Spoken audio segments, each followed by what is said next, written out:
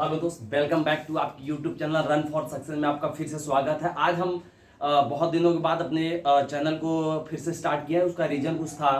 तो देखिए, आज हम पढ़ने वाले हैं, सारी चीज़ों को मद्देनजर रखते हुए हम पढ़ाई करेंगे। जैसे पहला कि अगर हम पढ़ेंगे तो यूपी टीजीटी के लिए भी प्रिपरेशन मेरा हो जाए और क्लास 11-12 के लिए भी हो जाए, और उसके साथ साथ मैं चीज़ों को लेकर चलूंगा जिससे हमारा कवर अप हो जाए एनडीए या फिर जिस भी चीज़ों में वो सारे टॉपिक आते हैं 11-12 के, तो वो सारी चीज़ें कंप्लीट हो जाए।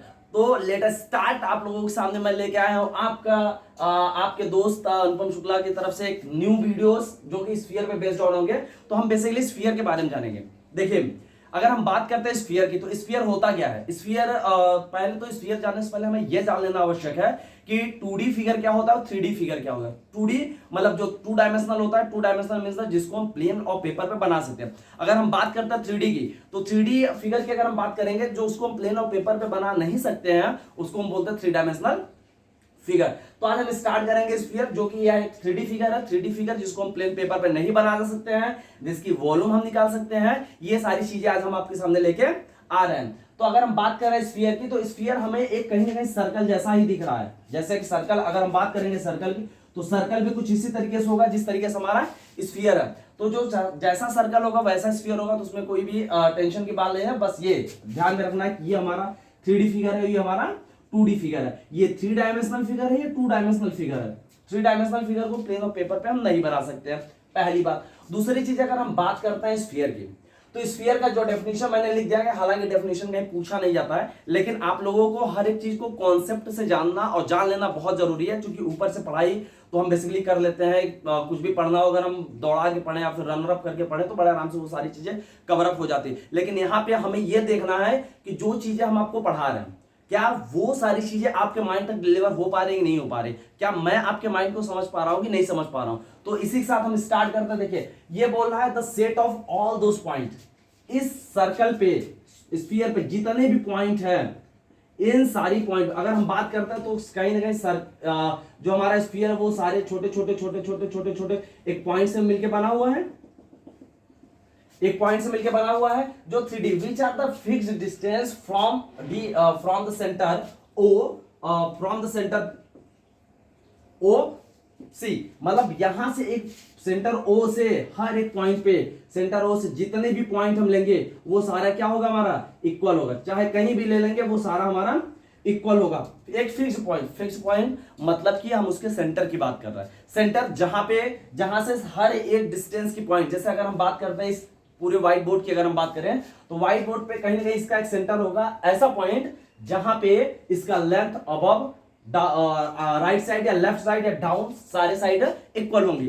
तो ये इन सब सारी चीजों को हमको ध्यान रखना था। तो बोल रहा है कि जो रेडियस से, मतलब उसका रेडियस और वो सेम होते हैं। तो हम जान लेते हैं, अगर हमें मान लो कोई एक पॉइंट दिया है, ये हमारा सर्कल हो गया, सॉरी स्फीयर हो गया, ये पॉइंट O है और ये पॉइंट कोई मान लो P है, इसका डिस्टेंस R है। अगर सर्कल पे सॉरी स्फीयर के सेंटर का जो पॉइंट है वो अल्फा है, बीटा है और गामा है। स्फीयर का जो सेंटर है वो अल्फा बीटा गामा है, और इससे एक R डिस्टेंस पे कोई एक पॉइंट P है, जिसका पॉइंट हम मान लेते हैं A, B और C।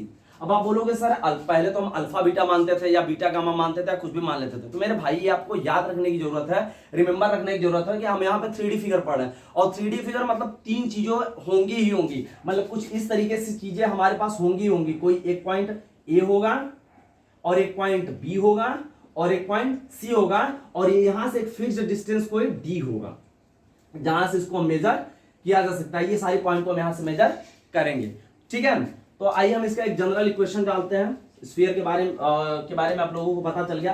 तो देखिए क्या होता है, अगर यहां से कोई एक पॉइंट डी है, तो अगर हमें इन दोनों पॉइंट O, P के बीच का डिस्टेंस निकालना हो, जैसे कि हम कोऑर्डिनेट ज्योमेट्री में पढ़ते थे कि अगर हमें 2 पॉइंट का डिस्टेंस निकालना होता तो हम कैसे निकालेंगे। तो देखिए कुछ बहुत ही आसान तरीके से मैं आपको बताने वाला हूं। Distance between 2 point O and P। OP का डिस्टेंस हमें R दिया है, तो R स्क्वायर इक्वल टू होता है अल्फा माइनस ए का स्क्वायर, बीटा माइनस बी का स्क्वायर, गामा माइनस सी का स्क्वायर। अगर हम यहां से बात करें r equal to alpha minus a square plus beta minus b square plus gamma minus c square under root of, ये तो हमारा हो गया इन दोनों पॉइंट के बीच का डिस्टेंस।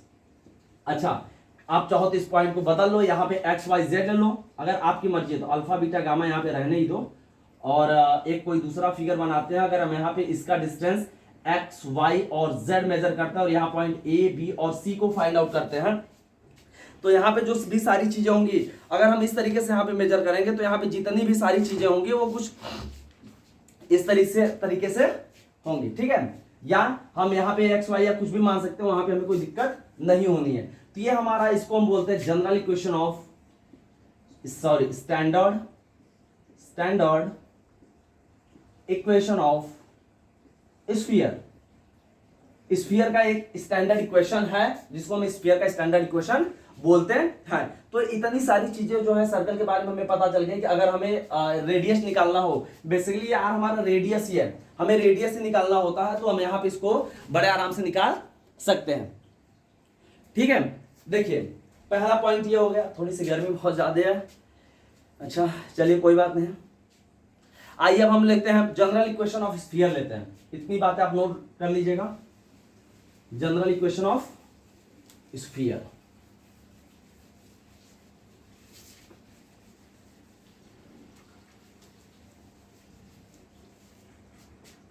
देखिए अगर हम बात करेंगे जनरल इक्वेशन ऑफ स्फीयर की,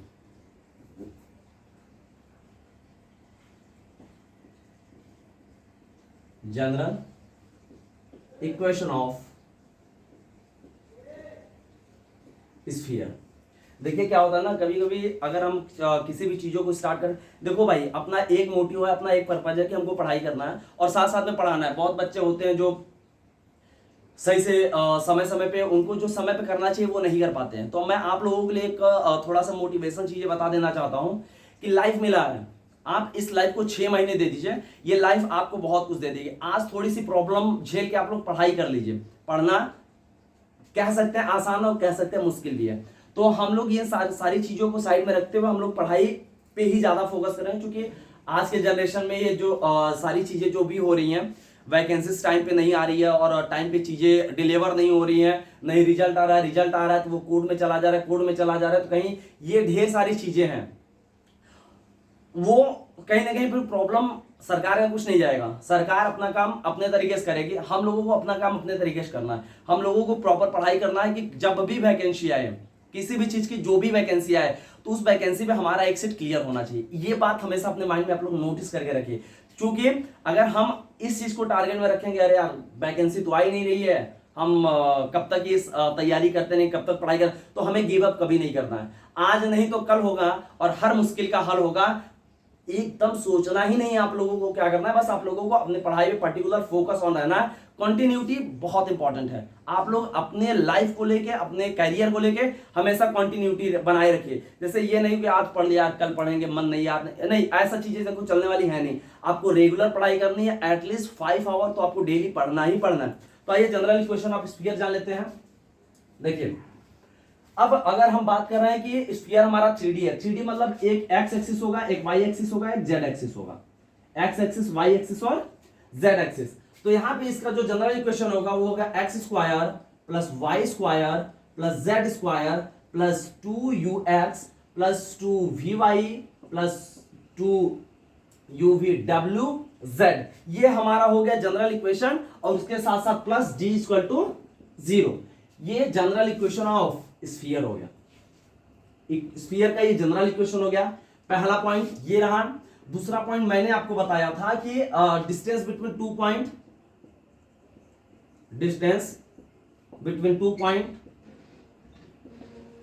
वो मैंने बताया था आर स्क्वायर इक्वल टू या R equal to under root of alpha minus ए का स्क्वायर बीटा माइनस बी का स्क्वायर प्लस गामा माइनस सी का स्क्वायर। ये डिस्टेंस बिटवीन 2 पॉइंट के बीच का डिस्टेंस निकालना हो गया, और ये हमारा जनरल इक्वेशन ऑफ स्फीयर होगा। अब हमें ये बताना है कि अगर हमें इसका रेडियस निकालना हो, रेडियस कैसे निकाल, फिर आप बोलोगे सर ये तो डिस्टेंस ही है। तो भाई देखो ये डिस्टेंस किसी भी पॉइंट से हम डिस्टेंस को फाइंड आउट कर लेंगे, सेंटर से किसी भी पॉइंट पे 2 पॉइंट है, अगर उसके बीच में हमें डिस्टेंस फाइंड आउट करना होगा तो बड़े आराम से फाइंड आउट कर लेंगे। तो आइए हमें अब यहां से हम सेंटर जानते हैं, इसका क्या होगा, सेंटर ऑफ स्फीयर। देखिए सेंटर ऑफ स्फीयर क्या होता है कि हमारा ये 2u है, 2 को हटा देना है, मतलब जितने भी x के कोफिशिएंट है, y के कोफिशिएंट, z के कोफिशिएंट है, बस इसी को माइनस u माइनस v और माइनस w लिख लो, यही हमारा सेंटर ऑफ स्फीयर है। किसी भी स्फीयर है, जैसे हमारे टीजीटी के एग्जाम में आता है कि find the sphere of centre, sorry find the centre of sphere. तो अगर हमें कोई भी एक इक्वेशन दे दे, अगर हम अभी यहां पे आपको लेके बता दे रहे हैं, जैसे मान लो कोई स्फीयर दे दिया कि x square plus y square plus z square plus 10x 20y plus 30z plus d की वैल्यू कोई ले लो, 5 ले लो, equal to 0। Find the centre of sphere. तो हमें इस चीज को क्या करना है, हमें कंपैरिजन कराना है अपने इस ओरिजिनल इक्वेशन से। तो हम कंपेयरिंग फ्रॉम जनरल इक्वेशन, यहां से कंपेयर कराओगे तो हमें क्या देखने को मिल रहा है कि ये हो जाएगा x square plus y square plus z square plus 2ux plus 2vy plus 2wz plus d equal to 0। तो हम यहां से देख रहे हैं 2u की वैल्यू कितनी है 10, 2u इक्वल टू 10 है, तो u की वैल्यू कितनी हो जाएगी 5 हो जाएगी। अब देख रहे हैं 2v की वैल्यू 20 है, 2v इक्वल टू 20, तो v की वैल्यू हो जाएगी 10 और 2v और 2w की वैल्यू कितनी हो जाएगी 2w इक्वल टू 30, तो w इक्वल टू 15।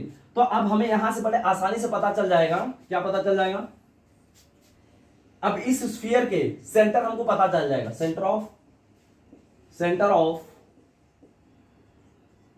स्फीयर क्या होता है भैया, माइनस u माइनस v और माइनस w। तो यहां से u की वैल्यू अपने 5 निकाला तो हो जाएगा -5, यहां की वैल्यू आपने 10 निकाला तो हो जाएगा -10, और यहां से आप 15 निकाले हैं तो यहां हो जाएगा -15। ये हमारा सेंटर ऑफ स्फीयर हो गया।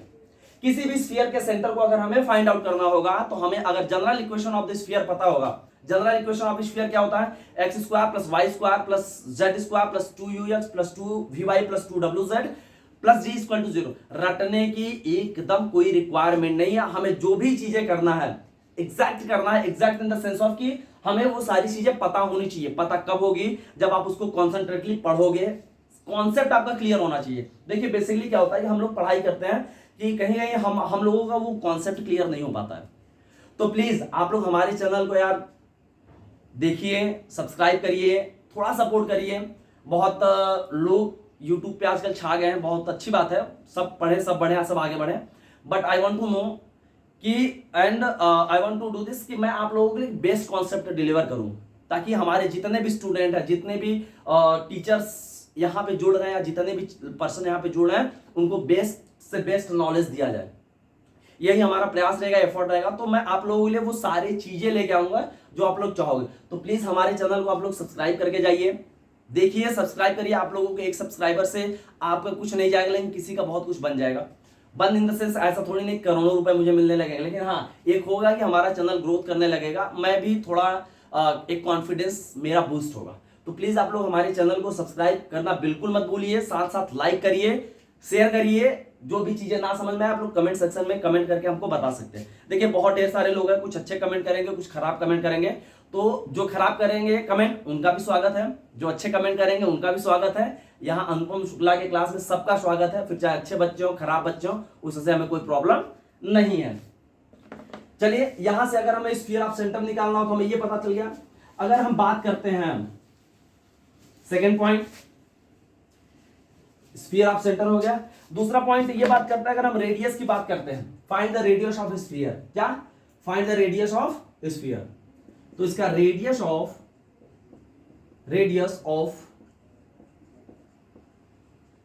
अब जो स्फीयर होगा वो under root of u square plus v square plus डब्ल्यू स्क्वायर माइनस डी स्क्वायर, यही हमारा होगा रेडियस ऑफ स्फीयर। बात समझ में आया? रेडियस ऑफ स्फीयर क्या होगा, इतनी बात आप लोगों को समझ में आ गई। जितने भी चीजें हैं रेडियस ऑफ स्फीयर का ये बेसिकली फॉर्मूला है। अब आइए हम यहां से देखते हैं रेडियस ऑफ स्फीयर कैसे निकाला जाता है। देखिए मान लो अब हमें कोई क्वेश्चन दे दिया। क्वेश्चन क्या है? पहला क्वेश्चन है find the radius of sphere. Equation will be, equation are x square plus y square plus z square plus क्या, मान लो कि यहां पे 8x plus 16y plus 12z plus 5 equal to 0। तो देखिए हमें ऐसा थोड़ी ना कि हमें u की, सर हमें 2 तो दिया नहीं कैसे, तो हमें इस इक्वेशन से कंपेयर कराना पड़ेगा। कंपेयर कराओ। नाउ इक्वेशंस क्या है, सॉल्यूशन पे जाइए। इक्वेशन हमारा है x square plus y square plus z square plus 8x plus 16y plus 12z plus 5 equal to 0। comparing with the equation x square plus y square plus z square plus 2ux plus 2vy plus 2wz plus d equal to 0। हमें इससे इसको compare करा देना है। तो देखिए x y z और 2u, हमें x के कोफिशिएंट को लेना है और y के कोफिशिएंट को लेना है और z के कोफिशिएंट को लेके हमें इसको करना है। चलिए आइए देखते हैं। ये हो जाएगा 2u इक्वल टू 8, तो u इक्वल टू 4, फिर 2v equal to 16, v equal to 8, 2w equal to 12, w equal to 6 and d equal to 5। आइए अब हम यहां से निकालते हैं। क्या निकालेंगे? अब ये वैल्यू पुट करो। Now the radius of sphere, radius of sphere. देखिए रेडियस ऑफ स्फीयर क्या होता है, under root of u square plus v square plus डब्ल्यू स्क्वायर माइनस डी।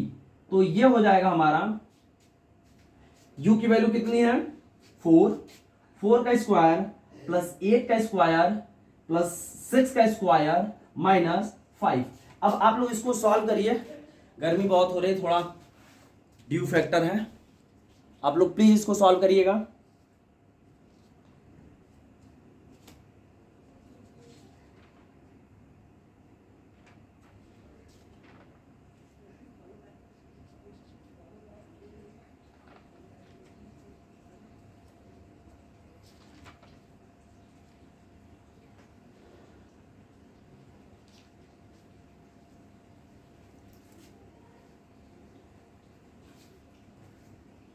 चलिए देखते हैं, गर्मी बहुत थी, थोड़ा पसीना हो रहा था तो इसको पोंछना भी जरूरी है। चलिए इसको सॉल्व करते हैं।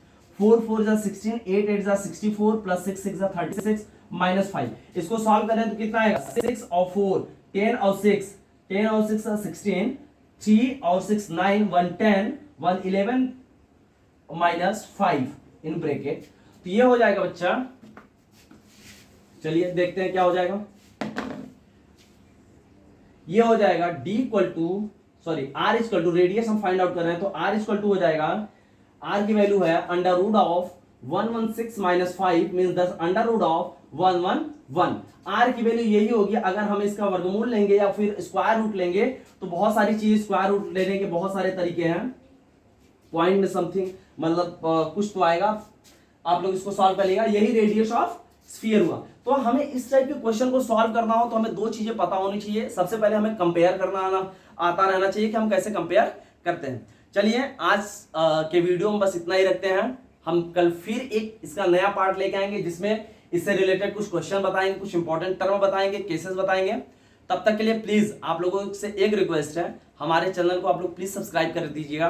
क्योंकि देखिए क्या होता है ना कि हर एक छोटा बंदा छोटे चीज से स्टार्ट करता है और उसमें सपोर्ट आप लोगों का ही होता है। अगर आप लोग सपोर्ट करोगे तो कहीं ना कहीं हमें भी एक कॉन्फिडेंस मेरा स्टार्ट होगा, क्योंकि हम थोड़े से एक क्रिटिकल कंडीशन से ये कहा जाए तो बाहर आए हैं।